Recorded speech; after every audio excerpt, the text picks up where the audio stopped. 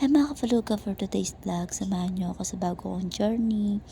Ayan, nandito ako ngayon sa Terminal 1 sa Naiya. Kasama ko aking Bebe Labs. Ayan.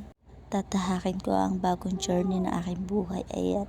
Ako'y manghang-mangha dito sa Terminal 1 ng Naiya at napakaganda pala at napakalawak talaga naman. At ayan, ako'y sumakay na ng eroplano at first time ko. Sobra akong namamangha at ganito pala itsura ng loob ng eroplano, guys. Ayan. Samahan niyo ako at ipapakita ko sa inyo ang aking journey na ang aking paglalakbay dito sa eroplano. Ayan, pababa na kami dyan at inumagan na kami ng bonggang-bongga. Pero sulit ang aming paglalakbay dahil napakaganda pala sa lugar na ito. Ayan, papakita ko sa inyo ang aming first stopover.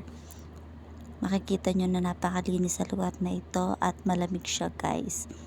Kahit ganyan yan. Ayan, napakarami namin dyan, guys, na nakasakay kasi napakalaking airplane ng nasakyan namin. Hanggang dito na lang, guys, kasi kami magpapahinga muna. Bye-bye!